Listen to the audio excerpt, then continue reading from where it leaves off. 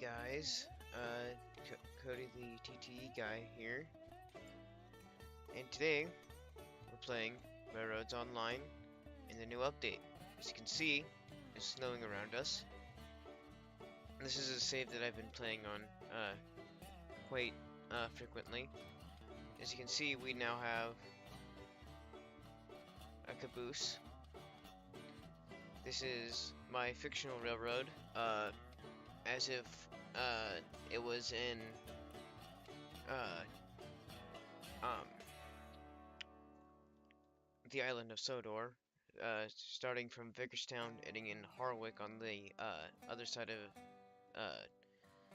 the island. Then we have Betsy, the number one, of course. Um, she's already out of fuel, as you can see here, but you know, whatever. But we also there's also a couple new updates. So you can run through switches, and if they're not outlined for you, let's say if I was trying to run down this line and try to come in here, the switches line against me. Instead of me falling off the track, the switch will automatically realign into the direction I would wish. Um, and yeah, um, everything else is the same. But if you look over here, there's a little red thing that's not usually there. Let's head over here. I also might want to give you some bit more sound on this because what you're gonna hear is a lot of cool things.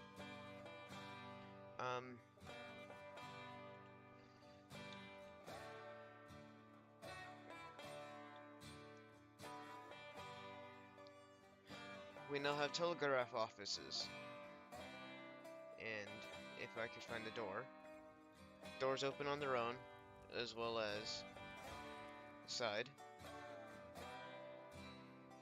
I'm gonna actually turn this music down a lot.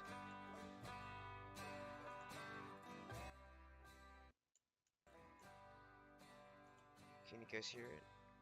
No, I don't think you can. One second. I'm gonna try and make sure that you guys can hear it.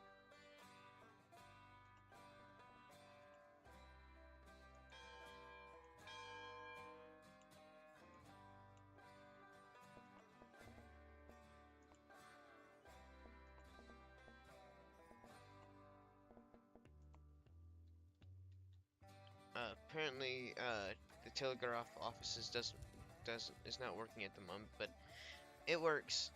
Trust me. It usually does a beeping sound, and then now if we go into map, you see where the T's are?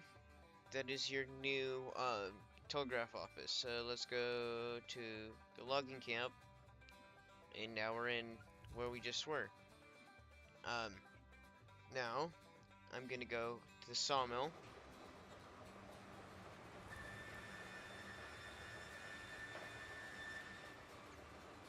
Here I am, and we also I have some tracks laid out, but if I were to go over here, here's our first newest locomotive. Meet the Mosca, or not the Mosca, the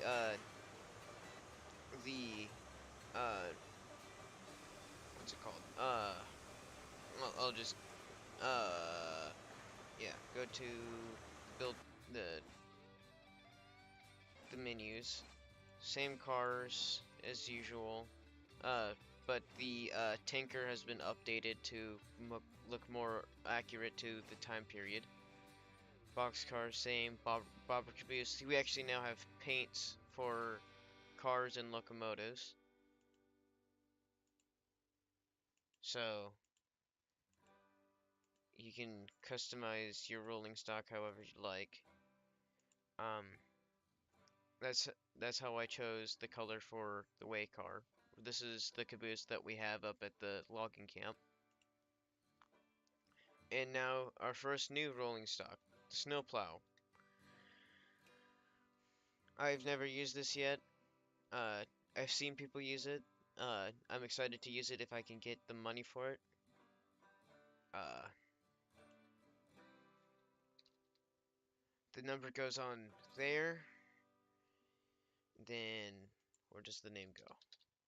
Above it, okay. I'm not actually gonna buy it right now.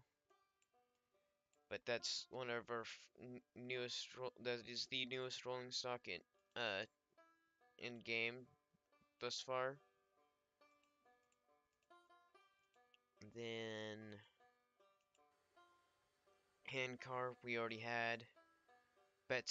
Porter 1.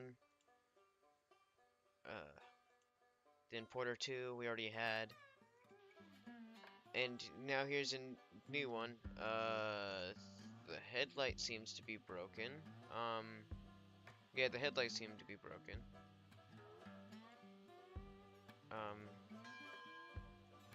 Yeah, and this one doesn't have paints as far as I'm aware. The number goes there, as we're already aware, and also on the rear. This is the only one that I'm aware that does that. Then your name underneath it.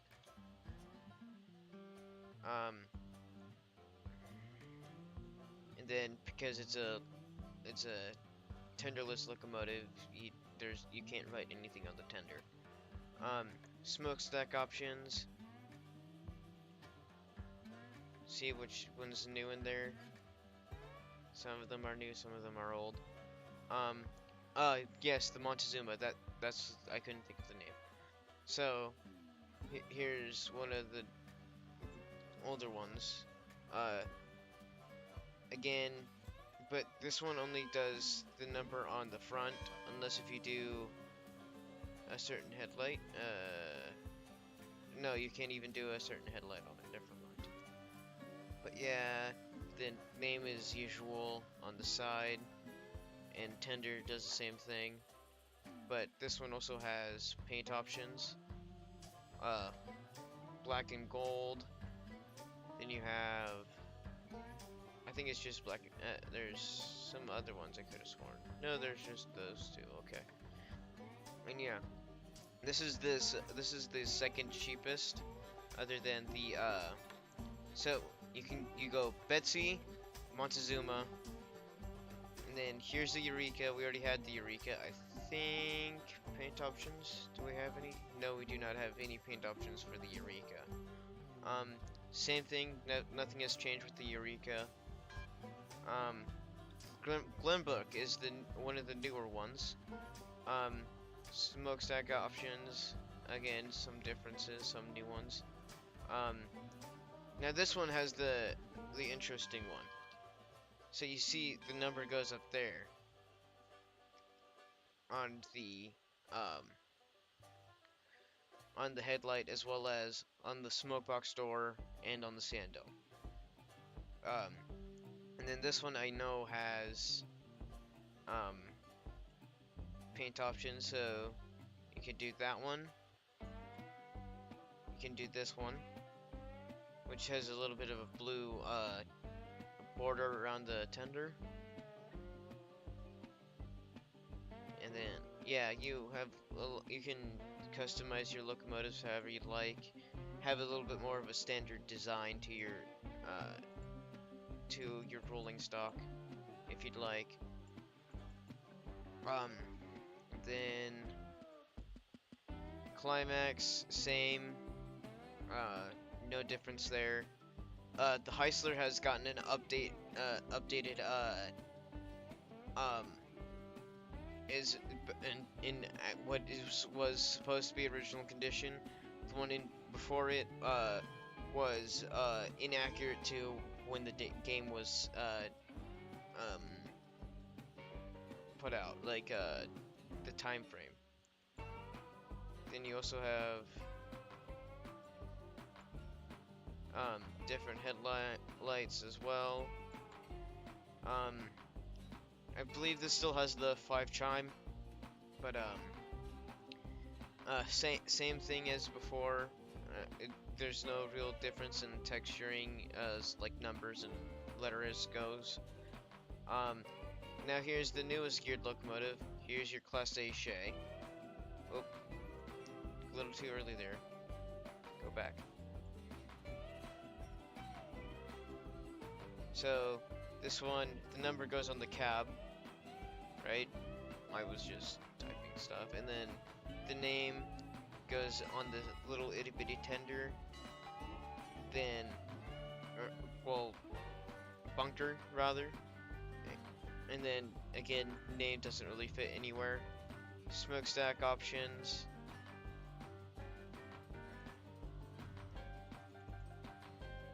And then you have headlight options as well. And then paint, you actually do so you have lining, no lining at all black. A bit more grimier, I would say. I can't really tell because how low I have my graphics set to, because my computer can barely run this game. And now the Mosca, the second newest into this game. Numbering is actually down there with your name here, and then again tender, same thing. Then your smokestack options with your spark arresters, and then a lot of the headlights repeat, or headlamps repeat, and no painting options for the Mosca either. And then the Cookie 260, same thing. I think you can now put lights into these little baskets. I haven't tried it myself, but I think you can do that now. And then the newest locomotive in the game, the 280 Cookie. Name goes there, as well as number goes there as well. You only have those two options, and you only have, so you have all black, different color of, you have different options for your locomotive.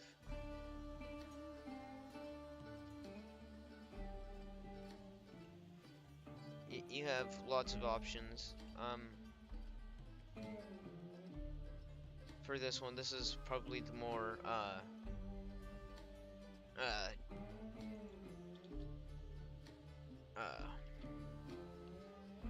interesting, like customizable one.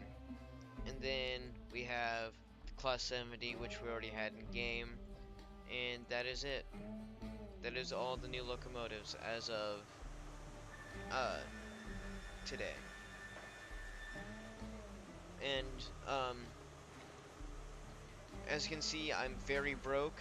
I'm going to do some I'm going to run some trains just to get some more locomotives. And also, if you notice, yes, I know it's number 4 and I only have 2 locomotives. I have a numbering scheme. Canonically, this is number 4, even though I ordered it as number 2. Whatever. But yeah, this is our Vickers for the Vickerstown and Harwick railroad, but I couldn't fit it on the tender nor on the caboose, so this is it abbreviated. But I really wanted it to be like written out in the big font on the locomotive's tender and stuff.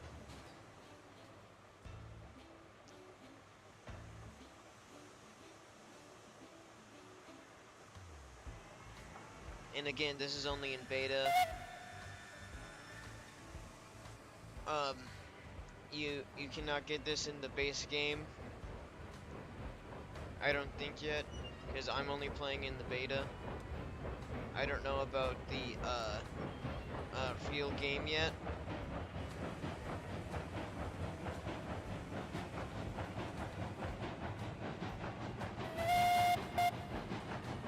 And so far, the Montezuma has the um what is it called? The most petite whistle out of everything in game.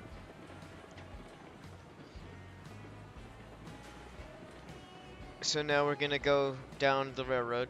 I might bring down the porter at some point, but I don't think right now is the best time to do that, because I have this car and it gives me even more money than logs, so I'm just gonna do this instead and shuttle back and forth.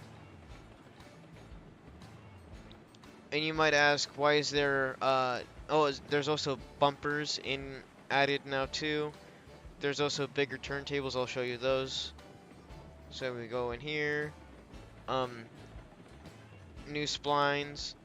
Now a 45-degree crossover. New turntable, bumper, new bridges. Before there were options, but you're stuck with one of them from now on, which is understandable. Oh no, you can actually change them. Never mind. I'll show you what they look like. And then facilities, same thing up here. You had these before, but now you have the telegraph office. And then now you can have options of if you want to demolish everything, just the rails, just the groundwork, bridges, facilities, and locomotives. And everything else is the same. They haven't really changed much else. And also, now Railroads Online is also co-developed by an actual simulator company. I will later on in the stream, I possibly will show who is helping Hume, which is the main developer of this game, with how to approach and get stuff done faster.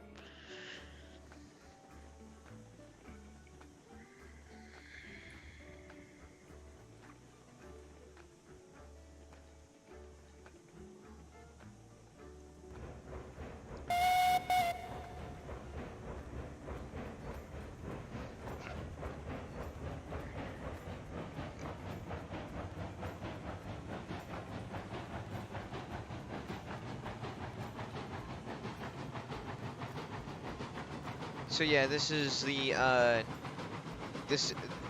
this is like the main bridge that, like, this is the default for if you don't select anything.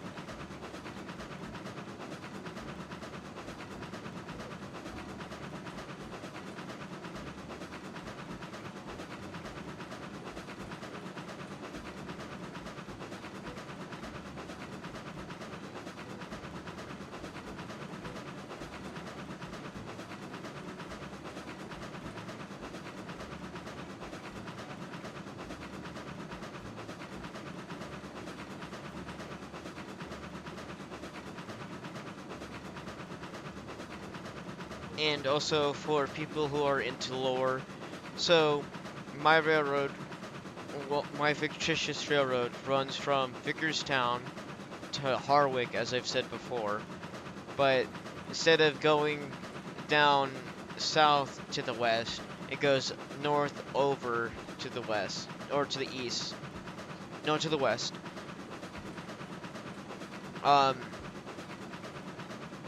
And connects up with the Skarloey, the Kildane Ironworks,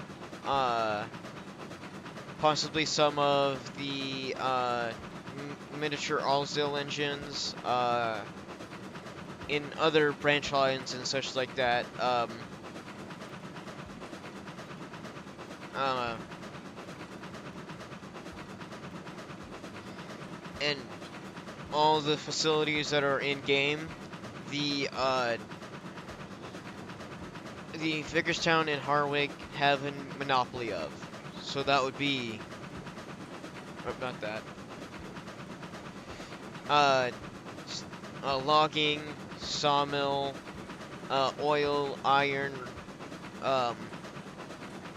coal, smelter stuff, which would probably be at the Kildane Ironworks. Now thinking about Ironworks,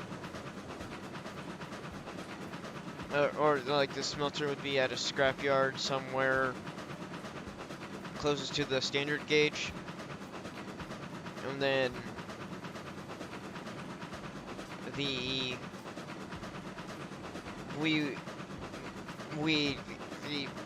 V&H would take it to the ironworks to be converted into metals.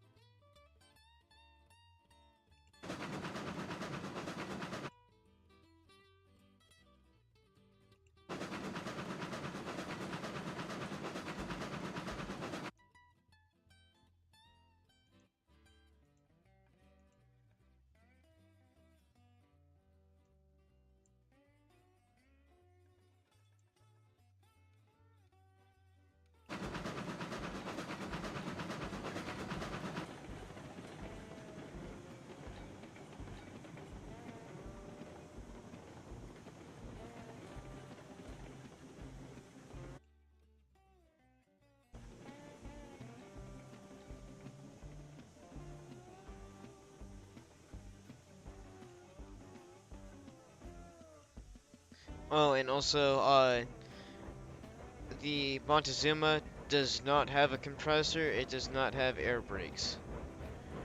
In reality, it had water brakes, which weren't actually water.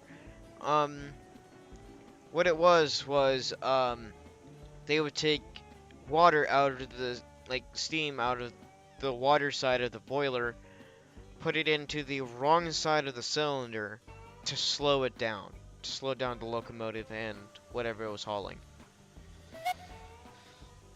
It did not have conventional air brakes, nor did it originally burn wood.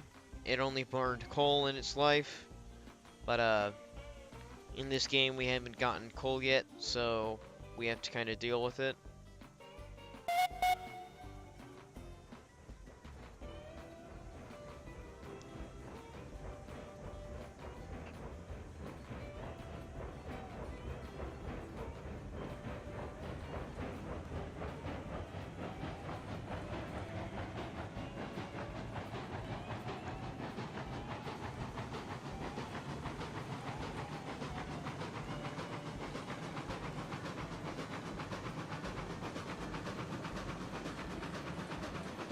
I have also been having I've lagged so hard that my game crashes, so I'm going to be refreshing or saving a lot. Or each time I actually load and unload car, or how many cars I have in a train.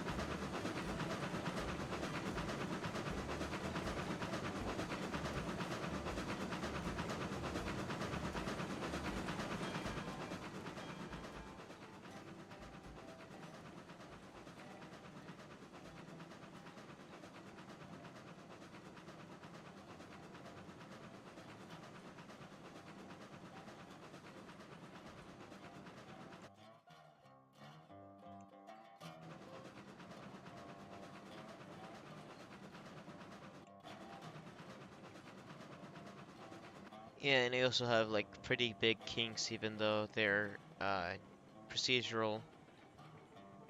But splines are procedural now, and you can actually edit the radius by your num keys. But this was just like lay it however the game wants it to be laid. But if I need to change it, I'll change it. But as of right now, it works. Because this right here is a train set curve, as Heist would put it. So that is really tight. I'm lucky that the Montezuma can, and all the locomotives that I have at the moment actually run around it, but if I had any other locomotive like any of the 280s or the 260s, I would have to take a piss test. test. Yeah.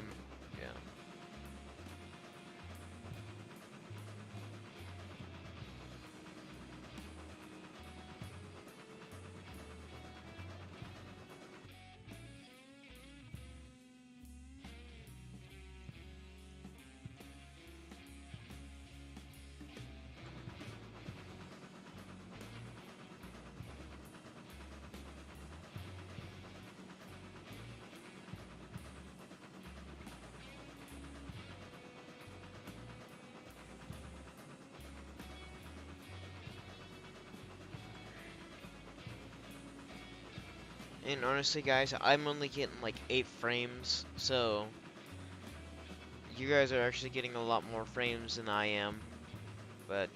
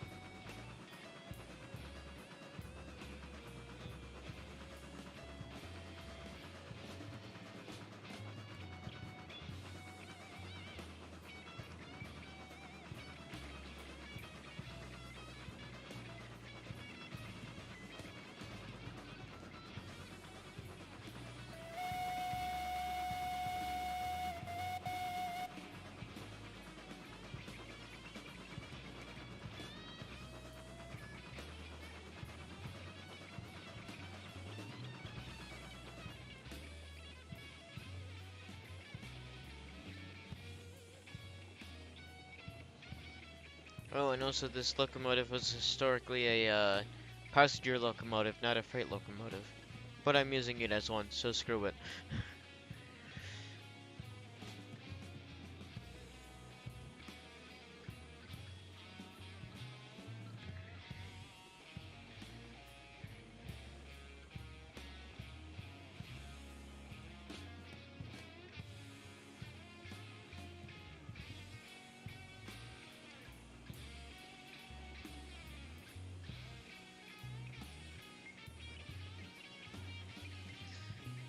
And Montezuma's brakes are horrendous because it does not have air brakes. Oh, another train set curve, by the way, guys. Right there.